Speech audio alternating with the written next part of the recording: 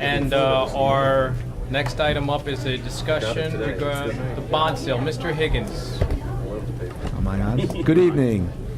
I believe everybody received some documents from our office through Sherry last week. You should have in your package, and I'd like to go over a few things, and there is one decision that has to be made by council tonight regarding the proposed general capital sale.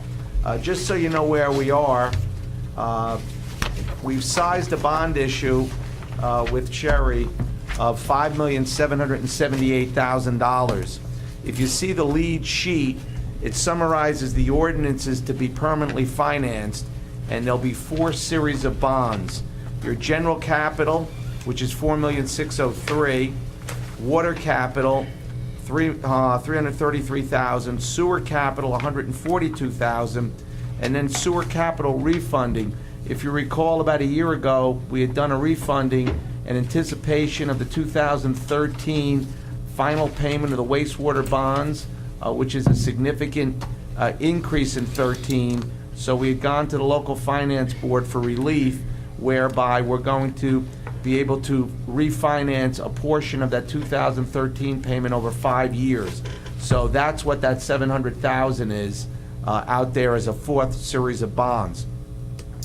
Behind the summary sheet, you'll see 3 proposed debt service schedules for general capital for the $4,603,000. The first one is for an 8-year payout.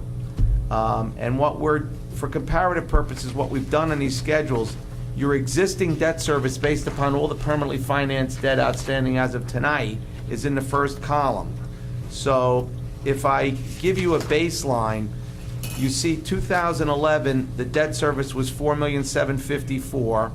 It represents 15.85 tax points, and the cost to an average home in the budget for debt service in 11 was $491, with the bottom line below an average home assessed value of $310,000. For 2012, based upon your budgeted debt service you carried across, the cost to the average home is $500. When we get to 13, which takes into account the proposed sale, you'll see that the cost to the average home would go to $531. And this is what you can use as a comparison when we go over the next 2 schedules to see what actually happens dependent on how many years you go out. If you go to the next schedule, it's the same $4,603,000, but this spreads out the debt service over 10 years. And what that does to an average homeowner, it drops it $7 from $531 to $524 if you see over on the right column. But keep in mind, to drop the average home $7 over the year, if you compare the interest cost, which is the 3rd column on each of the schedule, on the 8 years, your total interest cost is $414,000 versus $536. So for an average homeowner to save $7, basically you'd have to pay another $122,000 in interest cost, which is a significant increase. But we'll keep going. Okay. All right, and let me show you what happens if you go to a 12-year and buy another 2 years. The total interest cost now goes to $666. It goes up 50%, and now the homeowner between the 8-year and the 10-year saves $11 for that year, or $1 a month. All right, but there's a significant jump in the total interest cost. If you look at the top, which is quite amazing, we have used for illustrative purposes the 8 years at 1.85%. All right, and keep in mind what's going on here. We have used for 10 years 2% as the average interest rate. Today, we took a 10-year bond issue to market for one of our Board of Eds, which just had a little 1 blip higher rating than your AA. They were AA1, and we got 1.49% today for a 10-year bond. So if anybody was going to ask me the question, Gary, are these rates realistic? They're very realistic as of today. The proposed bond sale has the competitive sale to be done on October 17th. And most people out on the street don't really see too much significantly changing between now and November 6th. So keep in mind, you may even do better than these rates, which on the face value themselves are historically astronomically low. So we were almost 25% lower today on the 10-year bond. But what you as a governing body has to decide tonight, as we call sizing the issue, these were 3 pro formers, and you really have to make a decision to pick one of them, what you would feel would be in the best interest of the taxpayers overall. Typically, Mount Olive pays its debt down very aggressively, meaning in the 8 to 12 years. So your choice is one of the 3, unless you want us to run one for 9 years, 11 years, 12 years. But this is our typical three-piece menu. What you're talking is a difference between $31 and a $20 increase in debt service. But you can see what happens to the overall total interest cost. So, Council President, after discussion, if any, there should be a vote taken so bond counsel can then do their deal with the form and sale resolution as to which way you want to proceed. I mean, based on the numbers that I see here, I mean, I'm more inclined to go with the 8-year bond, get it paid up as quickly as possible. Mr. Perkins? Thank you, Mr. President. I agree with you wholeheartedly. It's always been my stand, as well as I know the mayor's when he sat here as a councilman, that we aggressively pay down our debt as quickly as possible to relieve the taxpayers of future burdens. So I'm more than in favor of the 8-year. Mr. President? Yes, Mr. Walsh. Ditto. Does anyone have any interest as far as entertaining any other schedule? I mean, I think it's a no-brainer. And keep in mind, you know, that $31 increase, if we get as lucky as we did today in the market, it may be actually the 24 had you gone to 10 anyway, just based upon the lower interest cost. Right. So it's, you know. When do we go to sale?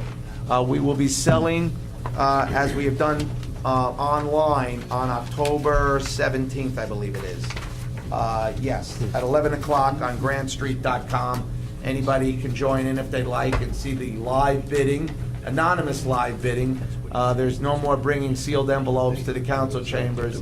This is on live. It's a national sale, so anybody What's can that date participate. again, Gary? October 17th, but you'll need 5.7 million if you want to get online and drop a bid in. Drop a bid. Well, that's it. If you want, I figured you were asking a date, you wanted to drop a bid in. Pocket change. Bucket change for John, absolutely. So, and then the closing would be a little bit after that, and the bonds would be dated November 1st of 2012.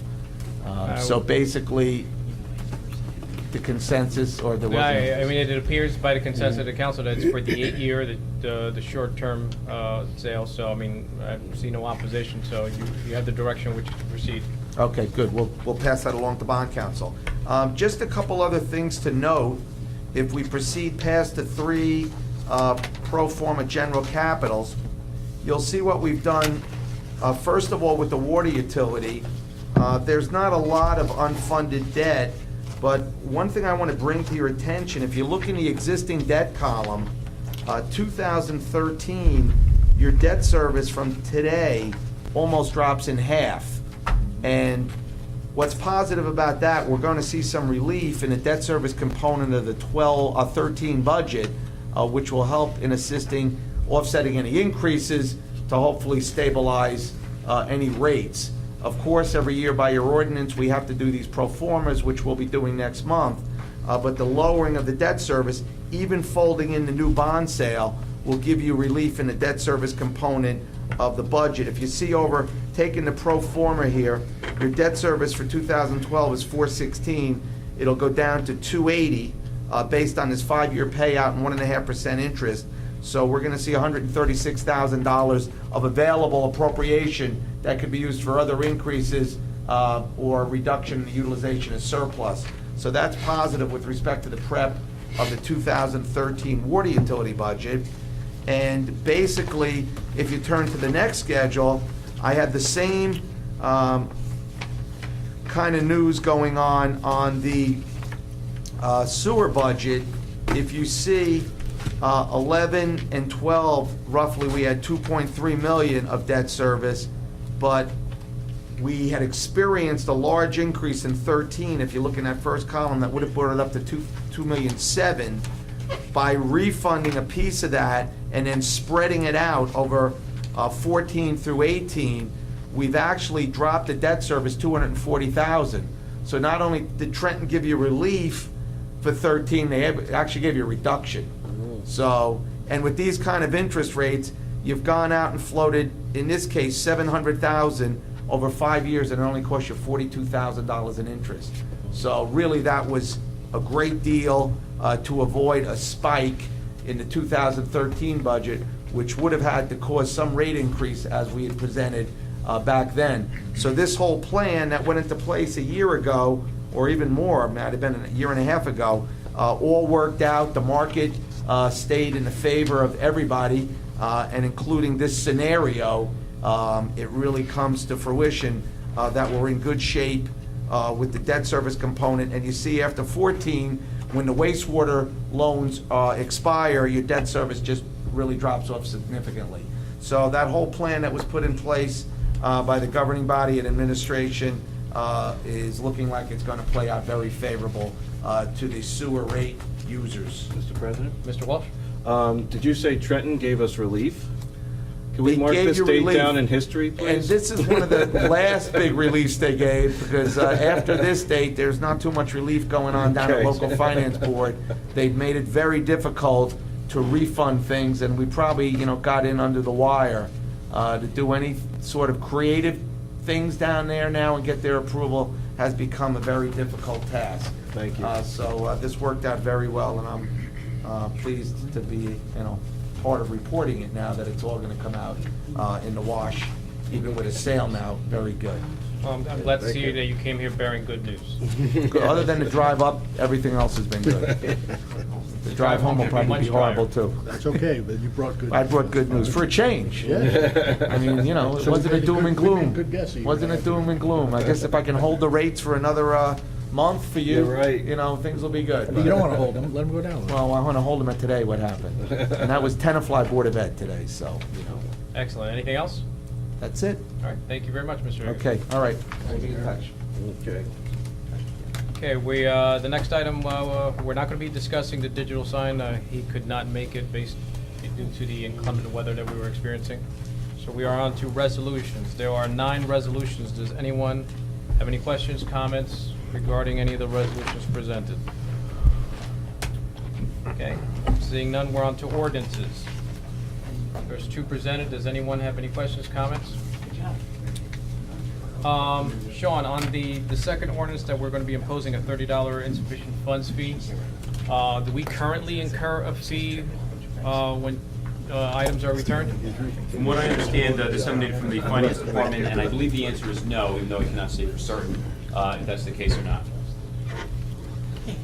Again, I apologize, It's in being increased by $10. It was 20. okay. Sherry was under the weather today and wasn't able to make it. Ed, we're increasing it from 20 to 30.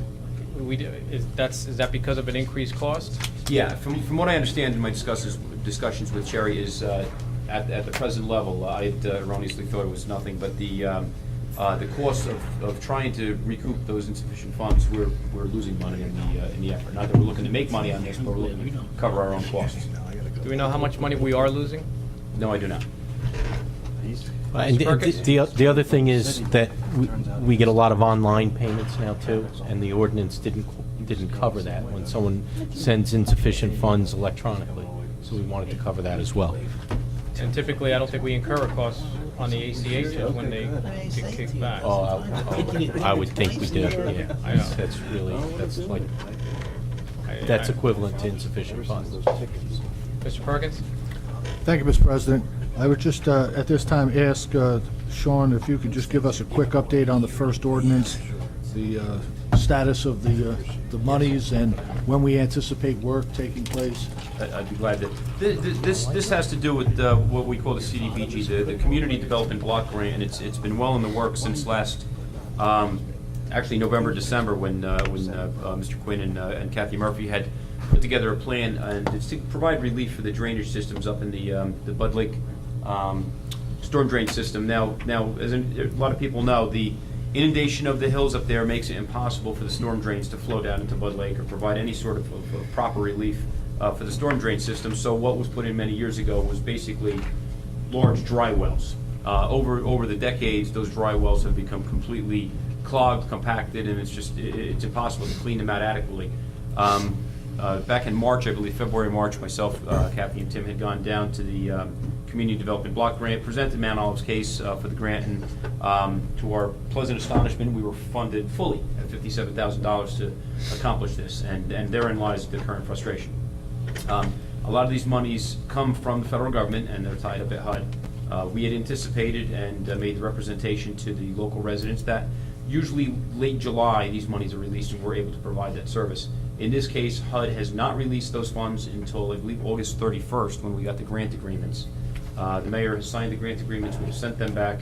The ordinance you see in front of you today allows that. We can't do the work without the material, and we just don't have money in our operating budget to get that material without the ordinance. So this ordinance will take effect, I believe, October 25th. It is our anticipation and intent to put a shovel in the ground on or about October 25th and provide the relief that's needed. So that's why we have the delay. It's prolonged from that July anticipated date until basically almost September. So that's where we're currently at. All right. Anybody else have any other questions? Nope. Oh, continue, please. Thank you, Mr. President. I just wanted, Sean, just to give an update. Obviously, this thing is on our website, and for those neighbors that haven't rang my doorbell yet, that are asking for when it's going to get done, hopefully they get a chance to view it and see that the township is being as proactive as humanly possible to address the concerns that were exacerbated by last year's hurricanes, or I guess by the time they were here, they were tropical storms. All right, thank you very much. All right, we're on to our first old business. Does anyone have anything? New business. I just want to bring up, before the meeting started, I had a discussion with the clerk and Mr. Gaskell about the possibility of allowing residents to submit questions electronically. And I kind of wanted to get the feel, how the rest of this body felt towards that. In other words, seeing as how the house is normally packed to capacity here, I was trying to be at least a little bit proactive and get people that normally won't head out and come to these meetings that they can submit questions online.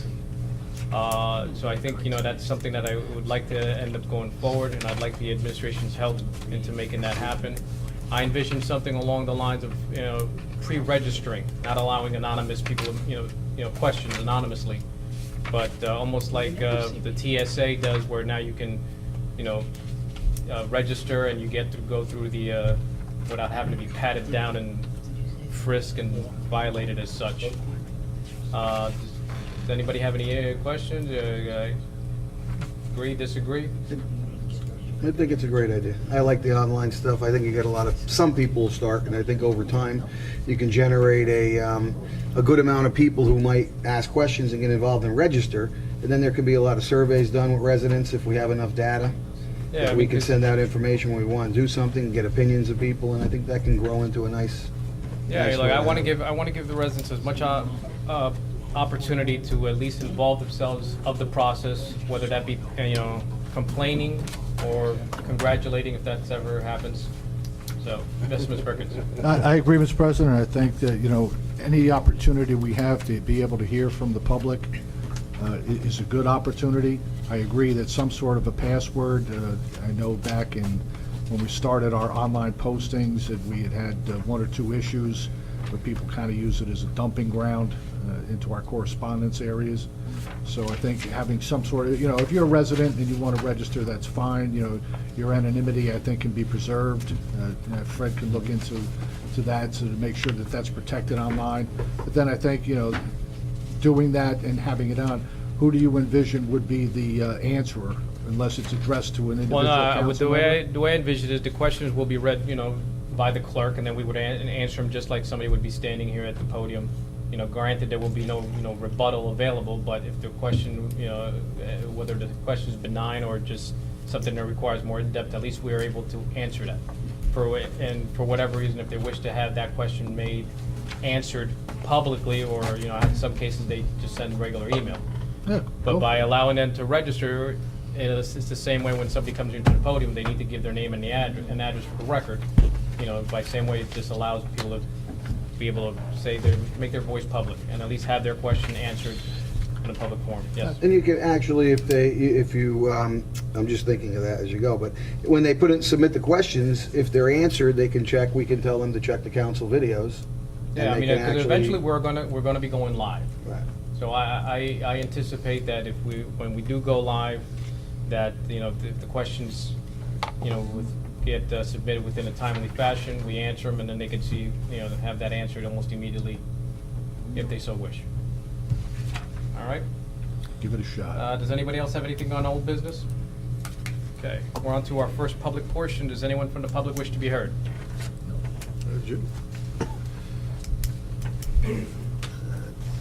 Good evening, everybody. Chris Badwini, 47 Powhatan Way, Hackettstown, New Jersey is my mailing address. Mount Olive is my tax address. I was before you back, I think, in April, as a member of Mount Olive Junior Lacrosse. I stand before you tonight as the president of Mount Olive Junior Lacrosse. I thank President Alex of the council here, the mayor, and Sean for their help to get us our parking lot, the shavings down, so we're thrilled to have that. I stand before you today with regards to some actions that happened last week. We were approached on Monday by Jim Lynch to shut down our field so he could do some fall maintenance. And I was quite surprised. I was thrilled to see Jim stepping up to say he's going to do some maintenance on our field, because I will tell you, of the 100 girls lacrosse players I have, the 250 boys lacrosse players I have, and their parents, the complaints I got last year was about our field. We're thrilled to have our field, so don't misunderstand me. But as you know, that field was just an overload parking, and we got a field, and we're going to make the best of it. So when Jim stepped forward, I said, great, thank you, Jim. I agree with you. I think we should shut it down. So there was some extended obligations that we had allowed the high school boys to practice there 2 days a week, and we had a league coming in that our teams, our 5th, 6th team, and our 7th, 8th grade team were going to play on Saturday and Sunday. And Jim saw that on the schedule, and he offered up Sand Shore Field as a backup so we could move those obligations to there, because I think it's important for him to have full access to the field, not knowing when someone's going to be there, he can't do the work, or the type of work that really truly needs to be done, he needs to shut it down. So I met with Jim Wednesday morning at the town hall in the rec department. I said, Jim, shut it down. He said, you're okay with that? I said, absolutely. I said, Sand Shore will work for everybody's purposes. He shook my hand. He said, we'll shut it down. Subsequently, unfortunately, one of our trustees on the board, Jim Wiedow, and Dave Gallucci, the high school lacrosse coach, approached Jim and proceeded to present their argument why they could not move. They needed to be there. And I'm disturbed by that, because I think what you have there is, I think they're kind of misplaced in their efforts. You're outweighing the few to the many. So subsequently, I got an email Friday afternoon from Jim saying he's reopening the field and allowing them to use it. And I stand here before you because I don't know what other recourse I have. I don't know if the president of football came to you or came to Jim and said he want to shut down his field, that Jim would say, I'll think about it. I respectfully say to you, if the president of junior soccer came to you and said he wanted to shut down his fields, Jim would question it and say, well, I've got other interests. But it seems when it comes to lacrosse, the interest of junior lacrosse, and like I said, those 100 girls players, those 250 boys players, those interests were kind of pushed to the side. So I'm frustrated, obviously. And if it wasn't like we were telling those groups, because understand, we didn't know that we were going to have Jim step forward to give us maintenance. If we knew Jim was going to step forward to give us maintenance, I don't think we would have scheduled those opportunities on the field, quite honestly. And as a club, I took over in July, give or take. Those were decisions made by the previous club. And probably out of reasons because their kids were moving into the high school and going to play for Dave. And that's only natural. But in the end, we knew the maintenance our field needed, and it was going to restrict us from either not knowing Jim was going to do it, but do it on our own if we had to bring up the dollars. So I come to you and I tell you this just because, like I said, I don't know if football and lacrosse or football and soccer told you they wanted to shut their field down, that Jim would say maybe no. Maybe I got to talk to someone else about it. So I don't want to keep coming in front of you as a tale of woe for lacrosse, because we're thrilled with our field. We're going to make the most of it. There's no question about that. So I'll welcome any questions from my comments and fill in any background that you may need. Well, this is the first time that I hear about this. I mean, I definitely would like to at least have a conversation with, with Jim regarding what went into his decision to do that. Sure.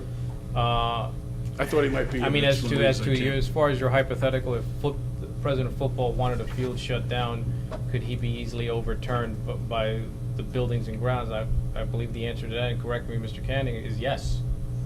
Because even though he is the president of football, it is the football field for football, it is still the township field, and it is our responsibility to grant it. Now, granted, normally we tell you guys to get off the field, and you guys want to play. This is one of these situations where it's the other way around. Normally, But I didn't approach Jim and ask to shut it down. Jim approached us. So let's just be clear. And I hope that at least the maintenance that Mr. Lynch was intending to do will still get done, and that you'll be able to, at least proceed with your upcoming season in a timely manner. Mr. Canning. I could probably lend a little something to it. I'm not intimately familiar with the details on it, but Jim did provide an outline briefing of what had transpired. And yes, his initial intention was to shut it down to do required maintenance. Apparently, and I don't know what the internal workings are of the lacrosse club, and I don't know whether one hand is not getting along with the other or what have you. But apparently there is some portion of lacrosse, and I don't even know if it's under your jurisdiction or not, that is playing on this field. It is not. Now, Jim had represented that he still can accomplish the needed maintenance and still accommodate, I don't even know how long they're playing for, another 4 weeks or 6 weeks, and still do some of the maintenance and still keep that field open for the other portion of lacrosse that is playing on there. I did advise him when we spoke that perhaps he did jump the gun in making the closure notice to the field and then reconsidering. Anytime you vacillate, it does call into question, whatever your intentions, motives are. But he did represent, the last time I had spoken to him, that he can accomplish his objectives. He said he does not have the manpower currently to restrike and put everything up the sand shore, even though if push came to shove, he would make it work. He always does. So that's the very little I know on it. And again, I wasn't privy to the conversations, just a general briefing that Jim had given me about a week ago on the matter. I don't think Jim should have to stripe Sand Shore. I think the third party should be striping Sand Shore. The high school, Dave's interests are with the high school. I think the Board of Ed should be supplying them a field. It shouldn't have to come down to Mount Olive Junior Lacrosse. It's a lacrosse function or is it a high school function? Well, during the week. Lucci's with the high school. He's the high school lacrosse coach. Yeah, during the week, Tuesdays and Thursdays, it's the high school boys, but on the weekend, it's a league. 5-6 boys and 7-8 boys on Sundays. Is that the Thunder or? It is Athed, and don't get me wrong, the Athed group run by the Galucci family has been very good to Mount Olive Junior Lacrosse, and our relationship is very good, and we've supported Dave when he needed us. So this was we were kind of caught back to say, why is he now asking to use this when we have another option available to him? Because I think Jim, though he says he can get the maintenance done, Sean, I question that. The field is in need. We had an unbelievably dry spring that probably perpetuated it. Nobody expected that. So I wouldn't want him to be able to say come spring, well, I couldn't get done what I wanted to get done because you wouldn't let me shut the field down. I wanted to be able to say to him, Jim, I'm giving you total access. I'm giving you the best ability to do whatever you need to get done and have no interruptions. Because you speak to Jim, he'll talk to you about growing seasons and when the grass is going to grow, and he's very specific about those. You and I have been in those conversations. So as you know, the fall grow here is now, and to think that certain times he can do things and then certain times people can play on it to me, just counterintuitive, and I'm not anything to Jim's excellence with respect to his knowledge of that, but I think it's clear that he needs to have full access to it. There's no question. And I'd like to reconsider his decision, quite honestly, because we do have Sand Shore available. We do have other fields available. All right, well, I mean, this is, I guess, something that we'll check into tomorrow. I mean, I look forward to seeing, I'll speak to Mr. Lynch regarding it, and we'll check into it to see if we can do anything that'll be at least accommodating to everybody's needs. And, because I think above most importance is making sure that that field does not get damaged and that the proper maintenance does get done. I think you would agree that at least that's the paramount there, is to making sure that the field gets the maintenance that it's due. No, don't get me wrong. I think Sean's touched on it earlier with Jim going out on probably disability, his ability to monitor and control that maintenance concerns me, so I would think it might concern him. So his maybe stepping out there, but I think he knew what he needed to do, and his real initial goal was to not have anybody, have any other forces stopping him if he was directing someone to do it from, a pair of crutches. But don't get me wrong, the mayor has been good enough to offer up the hope that we could maybe bond the field and have some work done to it in that respect, which leads me to my next point. We'd like to have a lacrosse tournament on June 1st up at Turkey Brook, but we need some fields, and we need some help from soccer with that respect. So when you mention who owns the fields, that argument with soccer can be clearly brought up every time, that there's nobody else playing on those fields except soccer. So, I can walk my dog up there, but I can't put my lacrosse players on those soccer fields. So that we can go down that road all night, Alex, and I think you know my point of view on that. But we've got a date of June 1st, and we need to know that we can secure 2 of those soccer fields on the front end of Turkey Brook. Not everybody wants to send us to the back. You understand, with the tournament atmosphere, you've got players that are going to walk across the loop road. I don't need them walking across the loop road to CMS. I don't need them walking up the loop road to the fields way in the back. The main field is our lacrosse field. Football has already given us their field for June 1st, We just need 2 fields in the front. So I ask you to consider that as well. Mr. Kenning, I'm assuming you'll check into that? Yeah, I'll check into that, and also I will get something back to council tomorrow from Jim Lynch, his professional opinion, to see if the needed maintenance in growing season is going to be disrupted by keeping them on there, or if it's prohibitive. And if it does affect long-term condition of the field, in his opinion, then I'd ask them to reconsider in light of that. Okay. Because I think you make a good point. Come next spring, we want to make sure the fields are in good shape, and we don't want to have any looking back as to why something wasn't done. And I'm sure if that does happen, I'm sure you'll be here to hold our feet to the fire. Well, but I'm also, like I said to you, all those parents and players that had come to me, they want a field, and you hear it, and so I'm distraught to the fact that someone would think that need of that field to get maintenance outweighs some individual needs of third parties. So I've said my piece, and I thank you for your time. Thank you very much. Thank you. Does anyone else from the public wish to be heard? Okay, seeing none, I'd like to get a motion to adjourn to the So public meeting. moved. Second. It's been moved and seconded, all in favor? Aye. Anyone opposed? Okay, at this time, I'd like to call to order the Mount Olive Township Council public meeting of September 18th, 2012. Lisa, can you please read the Open Public Meetings Act announcement? According to the Open Public Meetings Act, adequate notice of this meeting has been given to the Daily Record. Notice has been posted in the Municipal Building, 204 Flanders Drakestown Road, Mount Olive Township, New Jersey, and notices were sent to those requesting the same. Roll call? Mr. Perkins? Here. Mr. Mania? Here. Mr. Frente? Mr. Nicastro? Here. Mr. Walsh? Here. Mrs. Laybow? Mr. Roman? Here. Okay, we're on to approval of previous minutes. Mr. Perkins? Yes, Mr. President, I move for the approval of the August 21st, 2012 workshop and public meetings. Mr. Ferranti was absent, as well as the September 4th, 2012 workshop and public meeting. Mr. Walsh was absent. I'll second it. Been moved and seconded, roll call? Mr. Perkins? Yes. Mr. Mania? Yes. Mr. Nicastro? Yes. Mr. Walsh? Yes on August 21st, abstain on September 4th. Mr. Roman? Yes. Okay, we're on to correspondence. We have 29 pieces of correspondence. Does anyone have any questions or comments? Okay, seeing none, we're on to ordinances for public hearing. I open a hearing to the public on ordinance number 23-2012 entitled, an ordinance amending section 176-8 of the Code of the Township of Mount Olive to permit seasonal sponsorship signs in the Township of Mount Olive's parks. Mr. Mania.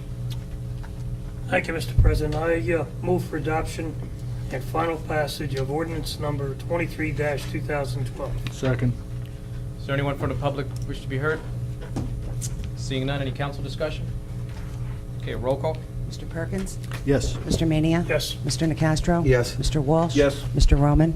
Yes. Ordinance number 23-2012 is passed on second reading, and I hereby direct the clerk to forward a copy of the same to the mayor and publish the notice of adoption as required by law. Okay, I now open a hearing to the public on ordinance number 29-2012 entitled, Bond Ordinance Providing for General Municipal Building Improvements in and by the Township of Mount Olive in the County of Morris, New Jersey, appropriating $40,000 thereof and authorizing the issuance of $30,000 bonds or notes of the township to finance part of the cost thereof. Mr. Nacastro? Yeah, I move for final adoption and final passage of ordinance number 29-2012. I'll second it. Anyone from the public? Seeing none, any council discussion? Roll call? Mr. Perkins? Yes. Mr. Mania? Yes. Mr. Nacastro? Yes. Mr. Walsh? Yes. Mr. Roman? Yes. Ordinance number 29-2012 is passed on second reading, and I hereby direct the clerk to forward a copy of the same to the mayor and publish the notice of adoption as required by law.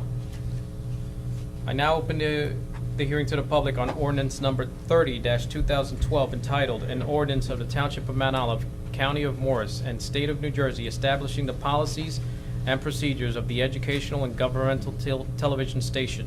Mr. Walsh? I move for adoption and final passage of ordinance number 30-2012. Second. Anyone from the public? Any council discussion? Okay, roll call. Mr. Perkins? Yes. Mr. Mania? Yes. Mr. Nacastro? Yes. Mr. Walsh? Yes. Mr. Roman? Yes. Ordinance number 30-2012 is passed on second reading, and I hereby direct the clerk to forward a copy of the same to the mayor and publish the notice of adoption as required by law. Okay, we're on to ordinances for first reading with a second reading of October 2nd, 2012. First ordinance on the agenda for first reading is ordinance number 31-2012, entitled, an ordinance of the Township Council of the Township of Mount Olive, County of Morris, State of New Jersey, amending Township Code Chapter 7 and Chapter 196, Section 43, to provide for a service charge of $30 when a check or automatic clearinghouse online payment submitted to the township is returned. Mr. Perkins? Yes, Mr. President. I move that ordinance number 31-2012 be introduced by title and passed on first reading, and that a meeting be held on October 2nd, 2012 at 7 p.m. at the Municipal Building, 204 Flanders Drakestown Road, Bud Lake, New Jersey, for a public hearing, consideration of second reading, and passage of said ordinance, and that the clerk be directed to publish, post, and make available said ordinance in accordance with the requirements of law. Second. It's been moved and seconded. Any council discussion? Do we know? Oh, sorry. Mr. Walsh? Thank you, Mr. President. Do we have any idea how many return checks we get in a quarter or a year, or anybody? Do you know by any chance off the top of your head? No, I apologize, I don't have that Okay. answer. And, I'm Sherry, just curious. Sherry would have the full information. Unfortunately, she's ill. Normally Sherry would have that. Yeah, she's not here. Okay. Okay. I'm probably going to vote against this. Does anybody else have any other questions, comments? Okay, roll call. Mr. Perkins? Yes. Mr. Mania? Yes. Mr. Nacastro? Yes. Mr. Frente? I I'm look sorry, like him Mr. too, Walsh? don't I? No. Mr. Roman? Mr. Roman? I'm going to say yes. Okay, we're on to, Oh, could I just say, could you get that information from Sherry for me? Absolutely. When you get a chance. Thank you. yeah, I believe we had a couple questions regarding this ordinance, and well, I'm sure we'll have it available for the next time when it's on Thank you, public sir. hearing. Okay. Okay, the next item on the agenda for first reading is ordinance number 32-2012, entitled "An Ordinance of the Township Council of the Township of Mount Olive in the County of Morris, New Jersey, appropriating $57,500 for Bud Lake drainage improvements to be funded by a community development block grant." Mr. Perkins?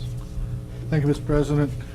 I move that ordinance number 32-2012 be introduced by title and passed on first reading, and that a meeting be held on October 2nd, 2012 at 7 p.m. at the Municipal Building, 204 Flanders Drakestown Road, Bud Lake, New Jersey, for a public hearing, consideration of second reading and passage of said ordinance. And that the clerk be directed to publish, post, and make available said ordinance I'll second it.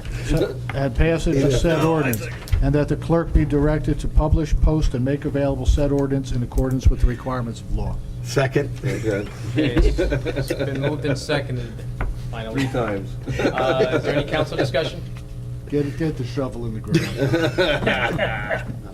You know, we're trying to get this thing going, that's why.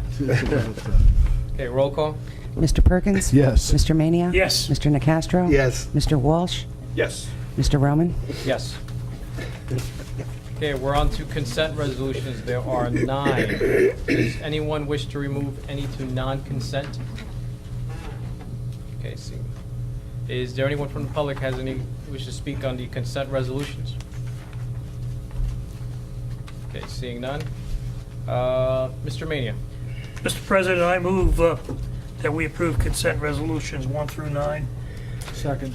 Been moved and seconded. Okay, roll call? Mr. Perkins? Yes. Mr. Mania? Yes. Mr. Nacastro? Yes. Mr. Walsh? Yes. Mr. Roman? Yes. Okay, we're on to consent motions. We have 2. Mr. Nacastro? I move consent motions 1 and 2. Second. Okay. Been moved and seconded. Roll call? Mr. Perkins? Yes. Mr. Mania? Yes. Mr. Nacastro? Yes. Mr. Walsh? Yes. Mr. Roman? Yes. Okay, we're on to administrative reports. Mr. Canning? Lots of stuff tonight.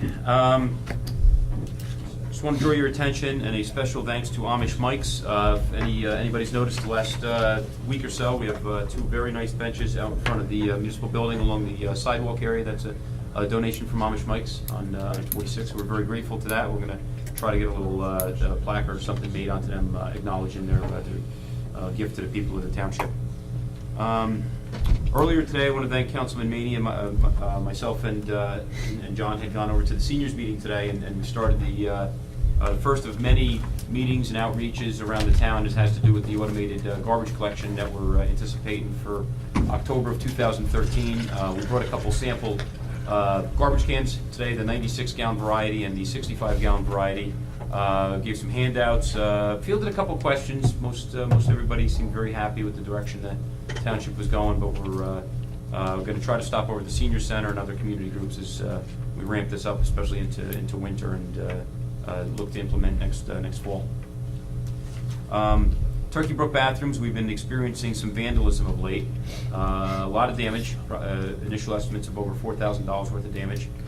Shingles torn off some of the buildings, Sharpie markers, breakage within the bathrooms themselves. The porta-johns have been defaced. The police department and Jim Lynch are working together on a longer-term security solution. In the meantime, we are covered by the JIF on this, less our deductible, so the reports are being submitted to the JIF, but it's still it's going to be $1,250 out of our pocket on the deductible. So it's a problem, and the chief and Jim Lynch I knew had met earlier today, and they're looking at everything, including short-term deer cameras to longer-term circuit cameras, whatever would help. And I know the police department has stepped up the directed patrols, but even that, there's only so much they can do short of stationing somebody.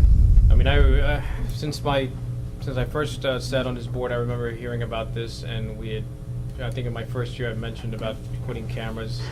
At that time, cost was a factor that was mentioned. I think cost has definitely gone down for wireless, internet addressable cameras. Technology has gone to the point where the resolution is much better.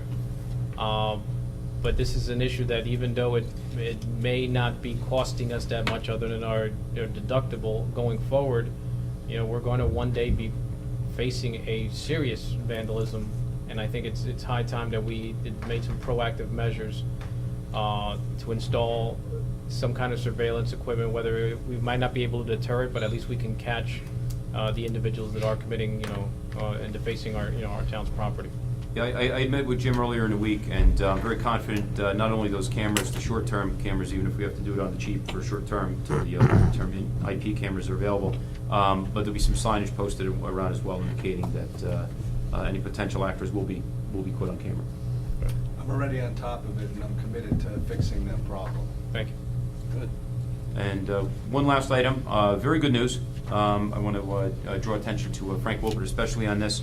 Our HVAC problem down in the court, looks like we are moving the court function back into their proper offices tomorrow, and the JIF covered us for $26,700 out of our costs. We were very grateful that the JIF took this on appeal. We were confident in our position, and it seems that they've come through for most of it. And again, less our deductible. We've had several people in to look at it. We're most optimistic about a trained engineer. I didn't hear that. that'll Can be you coming in. repeat that again, please? A trained system-trained engineer that'll be coming in on Thursday and hopefully providing us with a solution that we can fix this long-term and not have to revisit this issue. Okay, Mr. Walsh? Yes, thank you, Mr. President. I'm sorry, I didn't get the one question in on the cameras. Do we have any cameras out there now, whether either in parks or on roads? I mean, I think we have some on roads, but do we have any now that we're using anywhere for parks? I'm just curious. I wouldn't be at liberty to disclose it if it were, but I do know some of the locations that we're discussing here. We have a tough time with availability of Wi-Fi and IP for certain types of cameras, not to say that we have or have not other type of cameras on site already. What do you mean not allowed to disclose? I'm sorry. I'm very reluctant to disclose specific locations in town where we would have Wouldn't that stuff. be public knowledge, though? Well, the purchase of it would be, if the police Well, yeah, it would department's have to be using it. public knowledge, and if we have if the township buys cameras, puts them out there to spy on people, I would think it would be the public's right to know where they are. No, Unless it's But up to it's the police balanced, department. it's balanced by the interest of public safety, too. There are,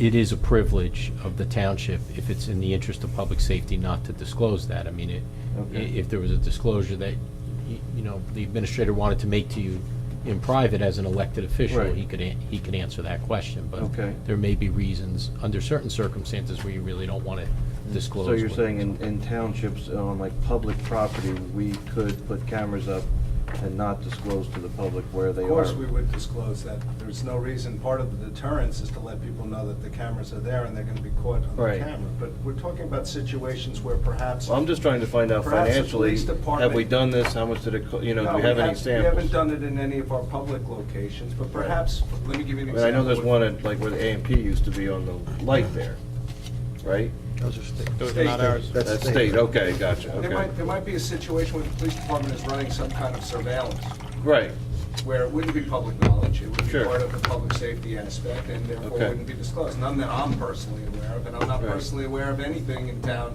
which would answer your question in the affirmative that we have. We Right. have not done it in the parks, we will be doing it in the parks.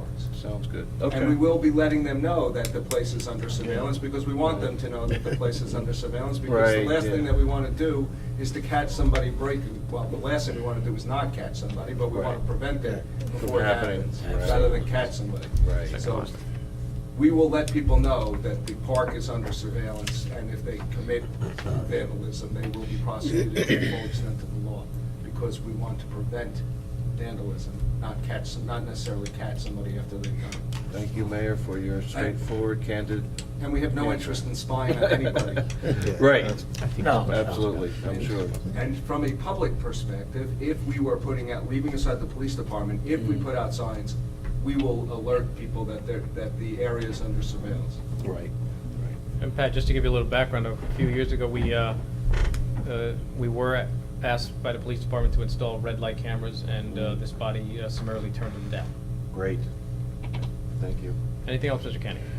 By the way, I believe that the lights that the cameras that you're talking about on Route 206 They're are not not cameras. to catch people, but rather it's a traffic control device to monitor the green light, red light cadence, Gotcha, so that when it backs up to a certain point, it changes the lights, right. or at a different time of night. But I I don't, follow you. they are not running tickets off of Off of that, right. those cameras. Right. Okay.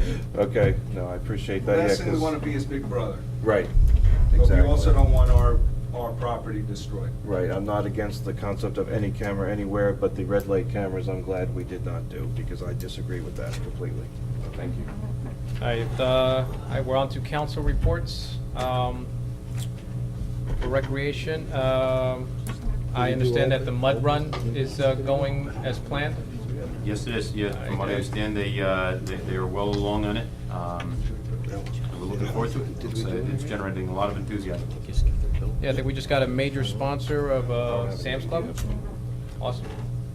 Mr. Perkins. Mr. President, I apologize. Did we blow past the appointment There we go. and the bill list? Consent. We did the Yes. consent list. That was did do- consent motions. We did the Yeah, consent yeah. motions, Yep. and yep. We didn't do the legal matters. Okay, right? And actually, you know what, I did blow by Yeah. our last old business. Does anyone have any last old business? Last new business? Mr. Legal matters. Thank you. I know we have a camera right in here. The only thing I want to report is in the effort for the township to make sure, unlike many communities, to expend its affordable housing trust funds, we've been authorized to make every effort to acquire the property at Stonewell Court, known as the former Cobblestone facility.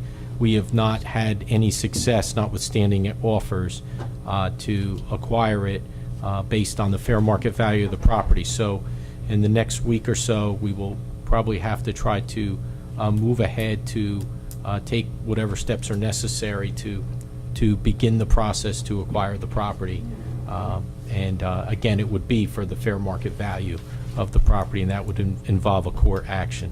But that's my update. We've made, the administration and our office have made every effort to provide whatever information's necessary to try to negotiate a purchase price for the property. But that, notwithstanding the current status of the property, there hasn't been any real formidable type of response. So we're going to have to take that step over the next week or two. Mr. Mayor? Two other questions. BASF closed, Closed, yes. 57 acres is closed. That's correct, Mayor. Yes. And I got a phone call today from somebody about a settlement of a lawsuit involving Mount Olive Township, a car accident in 2005 or 2006 involving a police officer and a rear-end hit. And I didn't know anything about it. I was quite surprised to learn that the case had settled. The word I'm getting is that there's no participation, it's under the old policy, and that Mount Olive doesn't need to do anything. Yes, that's not a case that our office handled, but I'm familiar with it by way of the Joint Insurance Fund, and that's correct. There isn't any participation from the township, but that being said, I would certainly want the settling parties to apprise the governing body of that, the terms and conditions and the facts surrounding that case. So I'll see to it that gets done. Yeah, I was surprised. It Yeah. was in the Law Journal today. Okay, yeah. And someone called me and said, what's the Yeah. deal with this? Again, that Didn't know anything involves, about it. it involves an auto accident, and it is covered under the terms of your policy in full. But that being said, I think it's still critical that you be apprised of it, not only when it settles, but when the case has been filed. So I'll make sure that there be information disseminated to the governing body regarding that case. Thank you. Anything else? We're done with legal? Yes, thank you. Okay. Mr. Perkins? Thank you, Mr. President. Fred, just a quickie, with COA on the cobblestone, Yes. is there, explain to me, just in real quick, how long do we have? I know we've pretty well exhausted, or we have exhausted every venue minus condemnation, which none of us wants to do. Right. Eminent domain, we don't want to do that. How long do we have to keep, is there a deadline that says, okay, you can keep going back, but when we reach this final date, that's it, then we've exhausted, and the only remedy left is condemnation? Yeah, we're really at that point, because Okay. July 17th, the funds were supposed to be committed. They were committed to this project. Right. And as part of that commitment, what we represented was we would continue along the way and make every effort to continue to negotiate in good faith. And once we get to the point where we're at an impasse or we don't get any type of formidable response, under our commitment to affordable housing, we would have to take that next step and acquire it by way of eminent domains. And that's really where we are at. So barring any type of immediate response from the property owner or willingness to negotiate, that's where we would be. Or else, if we get stagnant in the process, that's where we run the risk We'll to run the lose risk of those losing funds. the money. Yes, So I'm assuming have you made the last ditch effort to say, okay? Yes. So, yes. We're at that point now. so they're well aware now that we're heading into condemnation? Yes, and they will continue to get notice as we take these steps going forward. Thank you, Fred, appreciate Sure. it. And at I got any my time, question answered. we can resolve the matter too. you Yeah, know, we so- can but drop yes. anytime. But we can't just wait any longer because of the fact that those funds they're dedicated to this purpose. Well, the state's just looking to grab Right. whatever they Yeah, can they're looking for a good reason. to balance the budget. Mr. Manning? My question was answered. Thank you, Mr. President.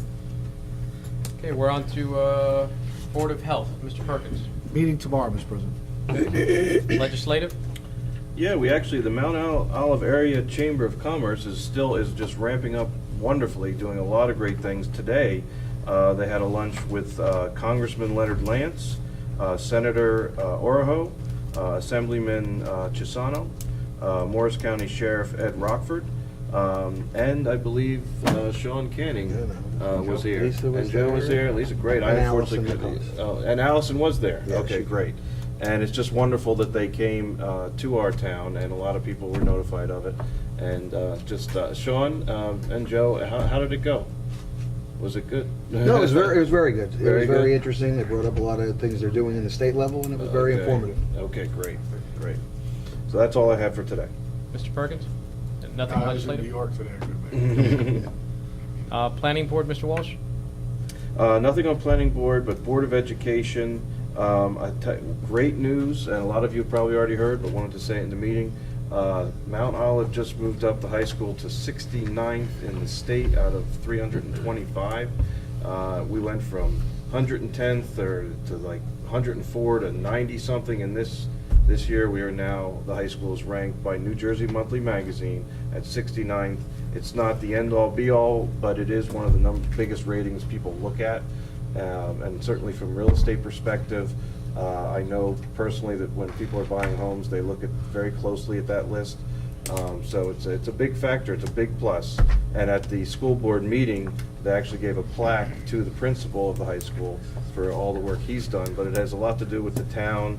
It's grown, just so many great things are going on, so I'll bring Excellent. that up. Excellent. Okay, Safety Committee, Mr. Nacastro? No meeting yet. Nothing to report. And Economic Development? Same, no meeting yet. Nothing. Senior Citizen, Mr. Canning. As Mr. Canning indicated, we both attended the meeting today, and I intend to go every month with Sean, if he'll have me, to the senior meeting. Okay. Get a free lunch. All right, and for Ms. Laybelt, wanted me to make an announcement that the Open Space now has their own email account. They could be reached at openspace@mtolivetwp.org, and that TNR will be having an adoption day at Tractor Supply this Saturday from 11 to 3. Mr. Perkins. Thank you, Mr. President. I just want to, in our packets this evening, we have the official resignation from the Environmental Commission, Mr. David Toom. David's been with us on the Environmental Committee, God, I can't even remember how many years. So effective, him and his wife are actually packing up and moving out, building a new house out of state. So he'll be with us till the end of the year, but we'll be obviously looking for a new person that will fill that slot. Yeah, no, his services would definitely be sorely missed. He's been serving the township since way before I became a resident. Long before you were born. Probably. I think he was here for the conception of the lake. Okay, we're on to our last public portion. Does anyone from the public wish to be heard? Okay, seeing none. Council comments. Mr. Perkins. Nothing, Mr. President. Okay, Mr. Mania? I don't know who I should thank, but I see there's plantings on Continental Drive South, and I believe the administration had something to do with that, but they really look nice, and it makes a difference riding up Continental Drive. Thank you. Okay, Mr. Nacastro? Nothing. Mr. Walsh? God bless America. I'd like to jump in on, I believe it was DeCampio from Flanders Landscaping that did they donated their services and materials. It was amazing how quickly they did the work in one day. It definitely beautified. I mean, a lot of people noticed it and complimented it. And I had one person ask me how much did that cost, and it was with great pleasure that I told them it cost us nothing. And with that, I'd like to take a motion to adjourn. So moved. So, second. Been moved and seconded. All in favor? Aye. Any opposed? Meeting adjourned. Hallelujah. I think we need to get an iPad to replace all this paper. Yeah. That's really a waste. Lisa, Right? It is.